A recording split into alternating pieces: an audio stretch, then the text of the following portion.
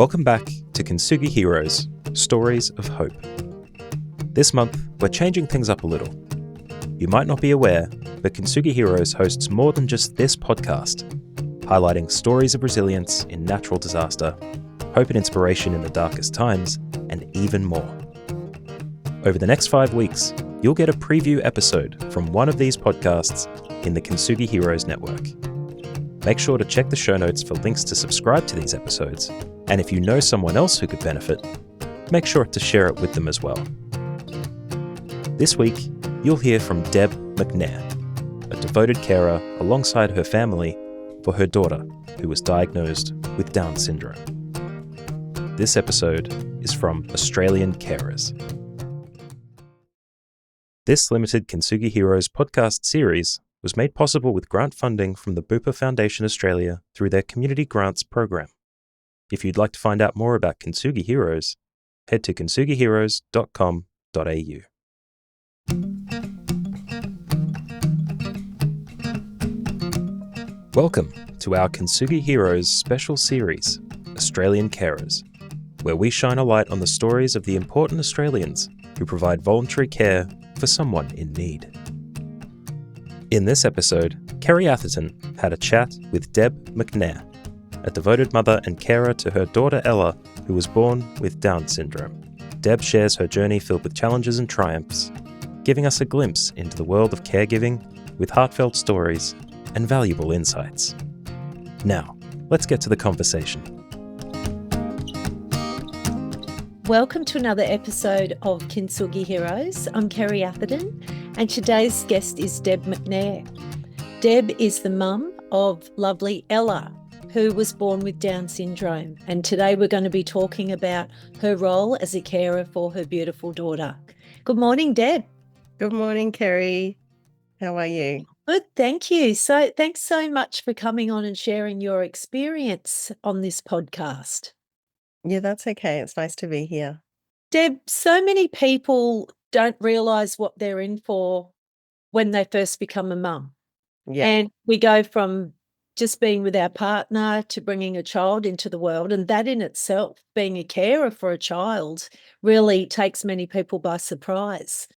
But then realising that you're a carer for a child that's been born with a disability or high needs, that's another story, isn't it? Yeah. I still remember when we had our first baby, Sam, her big brother, and he just was crying a lot. And I remember looking at my husband and said, "No one told us it would be like this," because you just see pictures of happy babies with being held. So yeah, he was 2 when we had Ella, who was diagnosed probably a week after birth with Down syndrome. I was advised when I had some scans, when I had the 12, 13-week scans, to have further testing, and quite aggressively pushed towards abortion, which I refused with the sonographer, who then went and got the manager of that service, who then came and applied pressure. So been advocating for Ella before she was even born, for her Wow, to live. that's sad to hear that, isn't it? That was it was really intense. And then when she was born, I still remember just wanting to go and sit in his surgery with my beautiful baby. Like, she was just perfect, but she just has Down syndrome, and say, look at my beautiful baby," and everything's fine, you know? Yeah. It's not. I know Mhm. I have a few friends with childs with Down syndrome, and those children are the most joyful children and bring so much joy, love, and happiness to the family. Yeah. Well, yeah, she Think that has must those be hard moments, and to bear. like all of us, she has all the emotions, and she's 13 now, so we're hitting puberty, and she's doing really well. Yeah. So really proud of her. So can you tell us a bit about her journey then from when she was born and the different significant needs uh, in caring for a Down syndrome baby as opposed to a baby that doesn't have high needs? I was made redundant, I think probably I think it was just after she was born. I can't remember now. It's a bit of a blur. So that in itself was a bit of a gift, although I didn't realize that at the time. So I had more time. So I think it was very much she was actually a much easier baby than my son, who was very sick and then refused to feed. There was a lot of concern for her around her birth weight and putting on weight, whereas Sam was, like, tiny, and there was a lot of pressure for me to get him to feed and to put on weight. So for me and I also had, postnatal depression when I had Sam, Okay. which I didn't realize for quite a while till a friend of mine, a good friend, got in my face and said, "I think you have that," and it was a bit of a shock. I was like, "No, no," and then I went, "Oh my gosh, I do." Yeah. Um, so yeah, Ella was an easier baby per se. She fed like a little trooper. She was just amazing. The only additional things, because she just had needs like Sam, was that there was just therapies.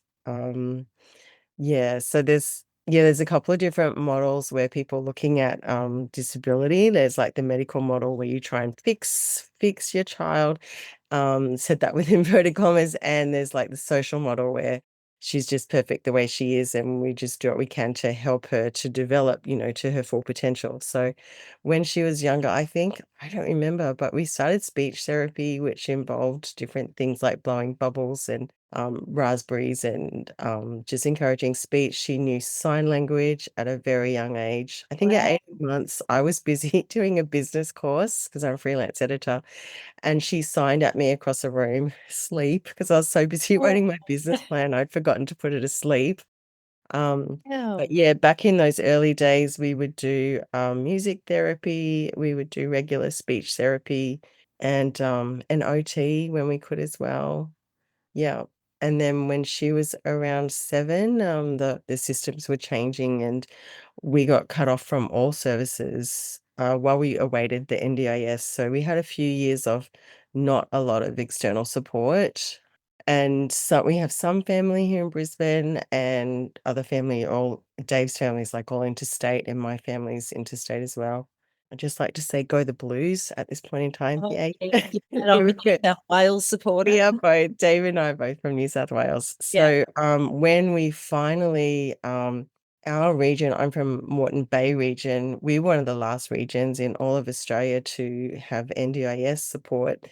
I remember receiving the letter, and I still remember just standing in my lounge room, opening this big package and just sobbing, just crying with the huge relief that we could finally get some more support for her and Wow. for us. I think by this stage she must have been around there was around 9, I think. So we'd had 2 years without anybody. They just kept saying, "Oh no, we're stopping, we're stopping." And it was really hard because we just wanted the best for her, wanted her to get lots of help with her speech, and she's actually she's at school. I just met with her teacher a couple of weeks ago, and she just said that she's so impressed with Ella's speech and her ability to communicate. And well, yeah, we put in lots of hard yards when she was young.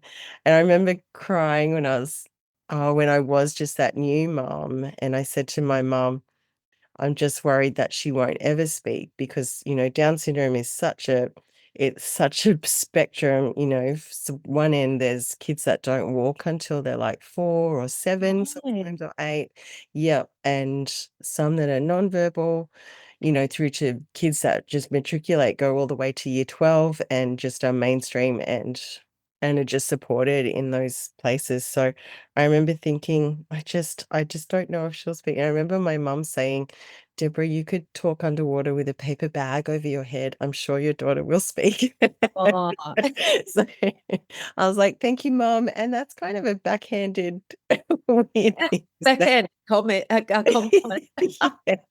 I was like, "Oh, well, yes, you're right. I Yeah. do talk a lot." Yeah, So, it's a compliment. People have said to me too, "Oh, you like talking." I'm like, "Are they being critical?" But it's actually a gift, isn't it? it is, Some yeah, I people know, I really think back they to my do, report cards. "Deborah talks a lot in class." I was like, "Yes." But maybe one day I should get paid for talking. Well, that's exactly right, and that's where it does come in handy. Yes. But yeah, that use of keyword sign, we started signing with Ella. I think we started play group, no, music therapy group through Down Syndrome Queensland when she was around 6 months to 8 months. Oh, And wow. that was critical in me meeting a group of moms, some of whom, like, the babies were a similar age to Ella, some maybe a year or a couple of years ahead. And the wealth of knowledge in that room, it was far more than music therapy. You know, I had an incident where I took Ella for, I'm pretty sure it was a 6-month vaccination, and I had a nurse who just said something that when you're a new mom, well, I was anyway, I was quite fragile for a little while because people just stare. They stare at babies, they stare at difference. And this nurse said to me, "Why does she have Down syndrome?" Oh, my. And I remember just thinking, "Take a breath, it's okay." A This is nurse and said Dave used to say to me when things happen, because things do, people can say very rude and very archaic, horrible things that just cut you, and you just stay at home for a few days. So I remember thinking, Dave says it's a teachable moment. And I thought, and I said to her, "Well, I still remember saying, well, why is the sky blue?" And she just looked at me and I said, "I'm just really blessed to have this beautiful little baby with Down syndrome." And I remember I'd noticed her because she had really nice shoes on. No, maybe that must have been her 3-month vaccination, because when I went back to the 6-month one, and then I think I went home and cried, told my husband and told all these lovely ladies in this music therapy group. When I went back, I saw the same lady again, because I don't forget faces. I'm an early you childhood couldn't forget teacher. a face that makes a comment like that. No, I taught for many years, and so I saw her again, and I thought, "I'm going to say something to her supervisor." So I sort of said to the supervising lady, "I need to talk to you," and I pulled her aside so this lady wouldn't see me pointing, but I said, "That lady over there, she said this to me," and this supervisor lady just sobbed in my arms, saying, Yeah. "I have twins who are visually impaired," and she said, "I remember every negative comment that was ever made by a doctor or a medical professional." And so she was crying on me about things that, Oh, and wow. her daughters were teenagers. I remember her saying they were teenagers, and they did horse riding, and did all these things. And she said to me, "I will speak to her." She said, "I will use this as an opportunity to talk to all my staff here giving vaccinations and talk to them about, not asking questions like that, Yeah. or being more curious rather than something just that will just upset and possibly offend someone." I happened to have a card on me for Down Syndrome Queensland. One of the staff members, her name's Rachel Carr. She now has her own business called Illume. But Rachel had a brother with Down syndrome and actually visited us in hospital when we first had Ella, which was amazing. I still remember her saying, "My brother, I'm so jealous of him. He does like swimming. He swims with what's it called? Special Olympics, and how he's traveled to all these places all over the world, and how he had all these passport stamps and more friends on Facebook than her." And she just made us realize that the future is just so bright, because the world has just changed so much from when her brother was actually born, the hospital said, "Oh, you can leave him here and go home and try again," to Rachel's parents about her brother. And Gosh. they were like, "No, no, he's our baby and we're taking him home." Oh, And wow. that's medical stuff. Like, I think Rachel's in her 30s now. Wow. Pretty sure he's older, so that's, like, just 40 years ago that was the attitude towards disability. Wow. You mentioned before about encouraging people rather than being judgmental to be curious. I think something that's really important is that we don't often take into consideration as a society. We think about the impacts and at home the daily care of somebody that may have higher needs, but we don't often take into consideration the emotional care of the carer and the emotional Yeah. needs of the carer. Yeah. So given your comment about people being more curious. It might sound like a strange question, but there would be a lot of people that don't actually understand what that is. What would be an example of something that you would feel was somebody being curious rather than judgmental? Yeah. So I remember having a lady who was very old who called Ella the word that starts with M that I really don't even want to say, but called her, yeah, an MONGOL. And my sister-in-law, Dave's big sister, just nearly, well, she didn't jump down her throat, but she was right there, like defending me, defending Ella. Through to when I remember going to baby Pilates with Ella. Well, she didn't do Pilates, I did. And that lovely Pilates teacher, her response to Ella with Down syndrome was the most beautiful I'd I'd actually experienced. She said, "Oh, wow, your baby's got Down syndrome. She's so beautiful. Oh, She's so amazing." And she said, "This must be really special for you."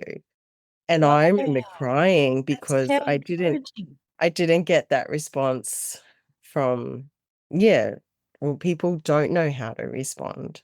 Yeah, And because she was my second baby, I remember getting upset there weren't all the flowers and everything, and people were like, "No, no, is she your first or second?" And I went, "Oh, she's my second." And then, but people were very, very much supportive from the start. yeah. And especially her auntie Sarah, should be a special mention. She would just babysit her. I've got a photo here actually that she took of her when she was a newborn, and it's just gorgeous. Yeah. You want to show us? Yeah, I'll see if I can get it. It's just here beside me. Oh Oh, yeah, there oh, she is. yes, yes. Oh, So that's one of my favorite photos of Ella that she's Auntie gorgeous. Sarah took when she was Yeah, that's a babysitting great her one day. photo. Deb, do you Awesome. think that gender comes into it as the role of a carer in your situation? Because I know that you and Dave both have worked and had jobs. Yeah, we both work. Like he works full time Yeah. and still plays a very big part in the caring role. He does, doesn't he? Yeah. And for a little while he was actually doing two jobs, but I've just started doing some relief work with the Department of Education. So he can stop that second job because I just said you just need to slow it down. So yeah. So outside the NDIS, is there any financial support for you as the mum of a Down syndrome baby or child now? Yeah, we've just recently linked in with an organization. I think they're based out at Samford, and this lazy lady has written her book, and they just do just free things for carers. Oh, I right. went for a day. A lady talked to us about like box breathing and looking after yourself. Like there are women there that were just so burnt out, because they don't have any support around them or can't get carers, consistent support workers to help with their people due to different things. And no Um, support from Centrelink? no, very limited. We get like a carer allowance, which is like 150 something dollars a fortnight, which doesn't go very far. No. When you consider one physio appointment is like $198, Yeah. probably more now. That was Yeah. probably last year's. But yeah, and I had some time. We had a little chat and we sat on beautiful chairs. There was morning tea, there was lunch, we did some art. And then in amongst that, this beautiful massage lady would come and get you and take you away and give you a Oh, massage. wow. And then the afternoon there was a meditation, which I may have fallen asleep in a few times because it was just so relaxing and beautiful.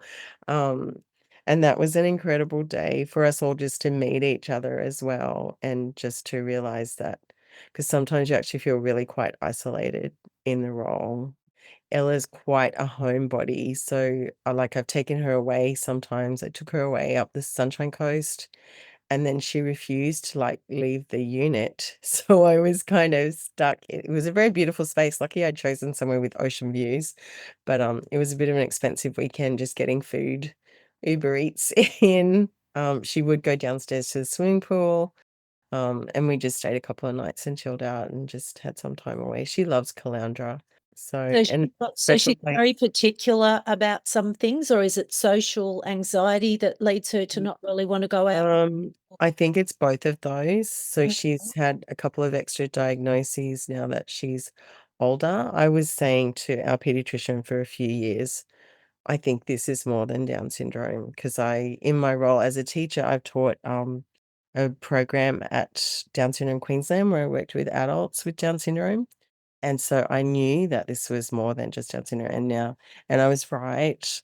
So last year, finally, after a really tricky transition to high school, which was so hard for her, yeah, she's been diagnosed with having autism as well, and also Okay. something that's just being made more common at the moment, and people are gaining more awareness around it, but it's called PDA, which is pathological demand avoidance. So Right. you have to give low demand. It's similar to ODD, but different. So if I say to her, "Oh, you've got to get dressed, we've got to get dressed, we're running late," it's just all too much. So I'll say, "Here are your clothes that you need for today. I'm gonna go and finish your lunch and I'll come back and," oh, probably even that's too many words, but I'll just lay things out, walk away, and hope that I come back and she's dressed. Yeah. So it's like the no eye contact, low demand, and that's been really hard for us all to. And if the demands are too much, she'll just shut down or have a meltdown and Yeah. cannot be rushed. She's just very time blind and doesn't understand. School starts at 8:50 and we need to leave at this time. So that's something we're working through, her understanding of time, visual schedules and lots of patience. And Yeah. Dave and I both reading through some books I bought recently. I went to Resilient Kids Conference with at the Gold Coast, and I spent, yeah, some money on some really good resources and yeah. Because just something like that, the time it takes to get her ready or help her get ready for anything in Yeah, itself is very impacting on your and Dave and the rest of the family's time, isn't it? yeah, and transitions are really quite difficult. So this week, we're getting ready. Um, she's had, like, those shoes with Velcro for a very long time, and her shoes just got really old, so I threw them away because 'cause I'd bought all these other lovely shoes that she said she liked about 6 months ago.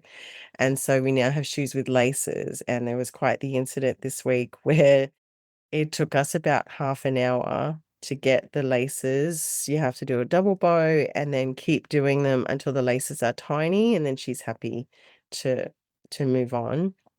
But in the middle of all this, my son and I had the day off thanks to Eco Holiday, and, I was just laughing hysterically because I was just trying so hard to be calm and I couldn't stop laughing till I was hysterically crying. Lots of tears of laughter coming down my face, but, and they thought that their mother had lost the plot. How did Ella respond to you Not laughing for me. about that? Did she laugh with you, or did she take offense and get Yeah, she kind upset? of laughed, but she was just all focused on the shoelaces, Right. So she was kind of in her own world with that. very much so, yeah. And Sam, my son, was there, and we got her to school. How long Um, did the shoelaces take, though? I think you I said think it 45 was minutes. about, yeah, 45 minutes to Wow, half just to tie the shoelaces. because they have to be just right. Yeah, well, and what would have happened, though, if they weren't? Oh, she would not have gone. Right, so then okay. Yeah. Yeah, wow. So it's those transitions times that are really hard, and Yeah, that's when, the use of touch, so you can touch her arm, hug her if she is allowing hugs. Sometimes she does not wanna be touched, and she's right. hypersensitive on her head.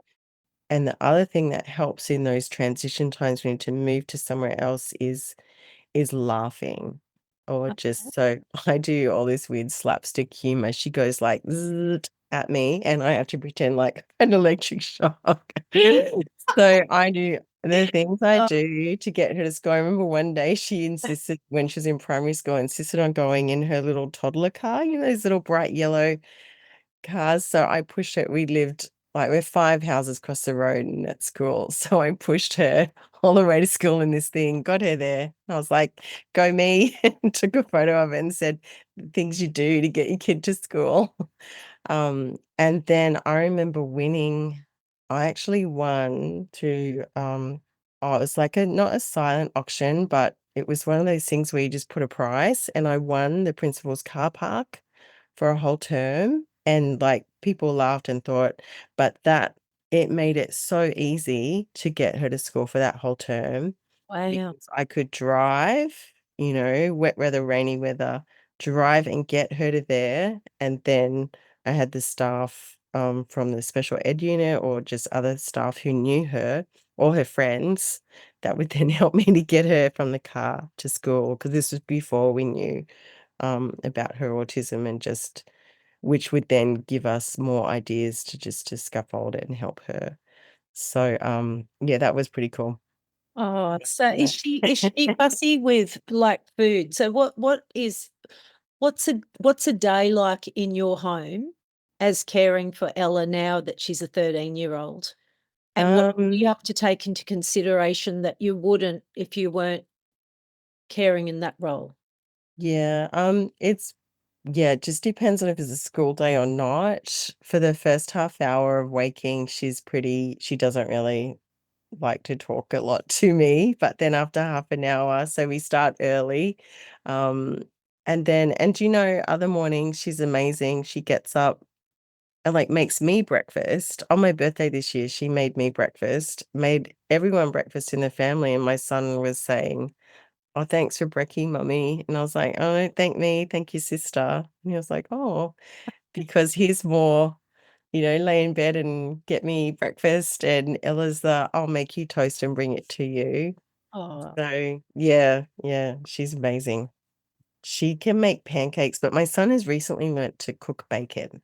So oh, we're okay. getting yeah, some days she'll Ella's leading the way in the cooking department. yeah, and that's why it's just all a bit unpredictable, because some days she'll get up, make her lunch, get dressed, and then other days it's really quite tricky. And I think that's probably hormones and sleep, because people with Down syndrome actually mostly all have sleep difficulties. Okay, right. So for us, getting her to bed earlier on time it's really crucial to how the next day will pan out. Yeah. So the unpredictability and not being able to predict the atmosphere from one day to the next, how does that impact on you emotionally? And how do you take care of yourself in the middle of caring for Ella and Sam? Yeah. So I think one day a couple of weeks ago, I ended up just giving her a mental health day because she was just not going to school. I think I'd had plans, and then I called Dave, and he was able to support me to just go through with what I needed to, and we just shared that day. His work's really flexible with him. He can work from home, or um, it's like we used to take turns in having a sleep in. We'll make sure we both look after ourselves. He goes for walks or kayaks early in the morning, and I'll go for walks like after dinner, or yeah. And then A real team effort, hey? yeah, and then my son sent me a text last week after a rough day. He must have had a rough day at school, and he's like, "We need a holiday." So I've just booked in. I found out we've got a pupil free day, and so we're all just going to take a couple of days off and go away for a couple of nights. And then I surprised them with I booked a night in the city for Ella and I are having girls' night. The boys are going to footy, and I think the next morning is Father's Day. So yeah. And well, with what you were saying though before about Ella sometimes not wanting to leave Oh yeah, the yeah. apartment, how the anxiety or stress for you going and planning something special like that, but then not knowing if you're actually going to be able to get out and do that? Yeah. Or do Oh you yeah. really So just take it off it goes type thing? so now we take food with us. Also, when she was in grade 6, she was diagnosed with celiac disease after years Oh and years of gosh. always having a sore tummy. And her favorite food is carbs. So it's Oh, answered so many questions. And I kept saying, it's always sore. Why is it always sore? So anyway, yeah, so now we take food with us. So we're good to do stay in. And I'm planning that night will be a stay in because she okay. doesn't like loud fireworks. She doesn't like being there, but she likes to watch. So Yeah. I Okay. think there's a rooftop place where we might go up to. Yeah. Oh yeah, because that weekend when we were at Caloundra and I kept going down for Uber Eats, she followed me out of the apartment. And when I came back up in the lift, she was sitting there with the lift opened. And I was just really glad she didn't go in the lift and go because I wouldn't have been able to find her, which leads me into a whole other topic of, yeah, Ella used to be a runner. She used to run Okay. away sometimes. And one time when she didn't actually run away, but we thought we had a police unit at our house. The whole school was looking for her. A second police unit was on the way. Oh And gosh. this lovely policeman found her in Sam's bed, hiding deep down under the Oh, covers, and she's what? actually asleep. So Oh, poor little thing. I was out the front hysterically crying, and Sam was like, "Will we ever see Ella again?" And I was being, all positive, going, "Of course we're going to see your sister again." And so she woke up. She was in prep.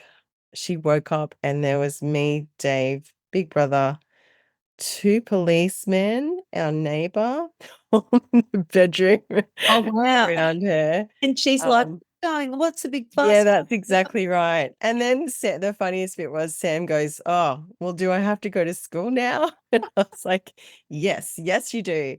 And Uh, I was actually flying out that day to go to, I've never been to Tasmania. I was flying to Tasmania for my friend's 50th.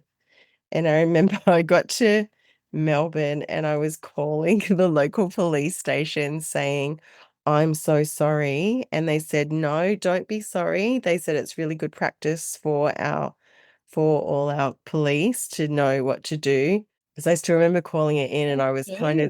I was kind of a bit okay. And then when the lady on the other end said, "Is there a body of water near you?" That's when I got absolutely hysterical because I live in a suburb called Albany Creek. So of Oh, course the creek is just behind the houses across the yeah. road. And that was when some poor guy was riding a bike and I'm just running in front of him in the road going, "Have you seen my daughter?" And Oh, I was just desperate to find her. Um, that she's growing up a bit now. Hey, yeah. So, and then when she got a bit she's older, gone from running to now wanting to stay inside. she would pack a backpack and you'd see her and you'd go, "Where are you going?" "Oh, I'm going to visit such and such." And then I'd say, "Oh, no, you're not." Um, yeah. And the other thing that she used to do and has just done once lately is just where she locks people out. She likes to prank. But yeah, she locked my husband out and Sam and I were doing jetty to jetty and I finished the race. Of course, I didn't have my phone on me. Got back to our car and I'd missed 7 calls from Dave and about 10 from my neighbor. And as I was freaking out, going, "I wonder what's happened." And she'd locked Dave out and then she accidentally got stuck in Sam's door because she was just so little and she couldn't open the door and Dave couldn't get in. And of course, I knew I was doing a race, so I didn't want to take all my keys. So all I had was my car key. Oh, wow. So that was a Sunday. So then it was Sunday rates for the person to come out and break the locks and get us in and new keys and we just had to try and keep her calm from outside. So Yeah. she was just freaking out and trashed Sam's room. And he's like, "My room." And I was saying, "It's okay. We'll all help you tidy it. She's just really upset." And her little plan of like a fun thing, locking Daddy out, just went very pear-shaped and she was really quite frightened. Yeah. Mm. Deb, what's been your greatest source of strength on your journey as a carer? Well, that's a really good question. I'm a Christian and I have some beautiful Christian friends. So yeah, I think my faith and also just, Dave and our and the tribe of women, some of whom I've never met, and I've been friends with them for like 12, 13 years now. Um, yeah, they're just amazing. So group that one of my friends started called T21 Moms. And I just recently went to World Down Syndrome Congress, and I was planning on going to some other workshop, but ended up in this room, and just the energy in this room. There was T21 Moms. There was another one where they send out a beautiful box and beautiful books and things when you have a baby with Down syndrome. I can't remember what it's called now. It's really bad. Them, and then there was another organization as well that had all just been like created in the last 12 to 13 years. And the support and the tears, like there were people from remote places saying, no one here gets me, but you all get me, and you all get me through this. And I, my friend beside me was sobbing because she Oh, was, and I had tears, and it is just incredible. And you could go on like in the middle of the night when you're breastfeeding your baby with Down syndrome or whatever, and there's always someone, like they're all over the world, as well as like an Australian hub. And my friend Joel started that. She's now down in Tassie, right. Phillip Island. Is that more? Oh, yeah, Phillip Island. Yeah, so she's living 21 down there. months. What's the T21 stand for anyone that? T21 is there's, I think, I might make a mistake here. There is not just one form of Down syndrome. Okay. So Ella has T21, which is like, I think it's 85%, 85 to 95% of people with Down syndrome have that one. There's another one called, I haven't had a lot of sleep this week. No, that's Yeah, okay. there's other forms of Down syndrome. Yeah, but the Um, T21 stands for. T21 stands for Down syndrome. So I Yeah. had this amazing big sticker on the back of my car with T21 moms and something else, and all of it has all come away, but the T21 is still there. Right. And even when my windscreen wiper goes, it still just stays. It's pretty cool. And I get a lot of questions of what does that mean? And yeah, I still remember getting the actual picture of the chromosomes from her blood test that defined which kind she has, and that she has that. And it would just look like all these little cool socks. And that's something that they have. World Down Syndrome Day is 31st of March, which is 21st of the 3rd, all to do with the 21st chromosome. Yeah. Right. So, And having that title T21, that's a perfect invitation for curiosity, isn't it? yeah. Yeah, that's right. Like the trademark shirts. Yeah. So I Conversation have starter. staff at my school who might ask, because not everyone knows I have a daughter with Yeah. Down syndrome. I work Yeah. as a school chaplain at a little primary school in Brisbane on the north side.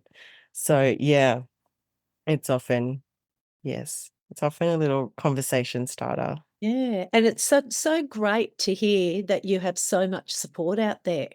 Yeah, yeah. So wonderful. There's also a mom within our T21 tribe who had the idea that we should all get a tattoo. So the lady who had the idea, that's my friend Joel, she's not had the tattoo, but another mum actually designed it. It's amazing and beautiful, and I haven't been brave enough yet to do that. Oh, But all these mums have got the same tat, whether it's on their arm or their leg or on their back. And they were all sharing the photos recently on this little Facebook group, and it was so funny. Joel was like, haha, I've yet to have mine. And they're all like, yeah, it's just black and white, single line. It's really nice. Yeah. A question as we come to a close now, a question that I've asked some of the other guests is, what words of wisdom or encouragement would you give to any other mums that are out there that are caring full time in a role like yours for their children who have Yeah. higher needs than others? Yeah, I would say to find your tribe, like find people, whether or not it's the same diagnosis as your child or a different diagnosis. I think finding other people who really understand and get that life is um it's a bit different to how you thought it was going to be before you received your beautiful child, and not taking that medical model of from the doctors and the people that say you need to do this and this, to fix your child, because your child is perfect just the way they are. And just to celebrate them and just love them. And I think when you're in that headspace, it's just it's a whole different world of sunshine. Oh, that's That you beautiful. need to just, because you can just feel so isolated, and I'm gonna get all emotional. Yeah. Yeah. That's such a lovely. Don't stay feeling alone. And Yeah. I've linked in with a mom whose little boy's got Prader-Willi, which is a very rare chromosomal disorder, and helped her to seek help. There's an amazing organization called CRU in Brisbane, CRU. They're in West End. They do incredible stuff with helping people with kids with disability just seek a normal life, just a normal good life. Like, not Yeah. it's all about all the therapies. It's about play dates. It's about birthday cakes. It's about, eating the sweet Celebrating bread. the good time. And yeah, and it's about getting alongside those people when they are having tough times. And Oh, what a beautiful message to end our time today. Deb, thank you so much. I know Ella and your family and you are real lights out there to everybody in your community and beyond. Thank you. So thank you for today. Thank you so much. It was really good. Thank you for listening to this episode of Australian Carers, a Kintsugi Heroes special series. Thank you to Colin Lilly for permission to use Broken as our theme music for this series. If you enjoyed this conversation, share the podcast with a friend and let us know by leaving a rating and review on Apple Podcasts, Spotify, or wherever you get your podcasts. If you'd like to support Kintsugi Heroes and the stories we share, head to kintsugiheroes.com.au and follow the instructions to make a tax-deductible donation. Thank you for listening, and we'll see you next time.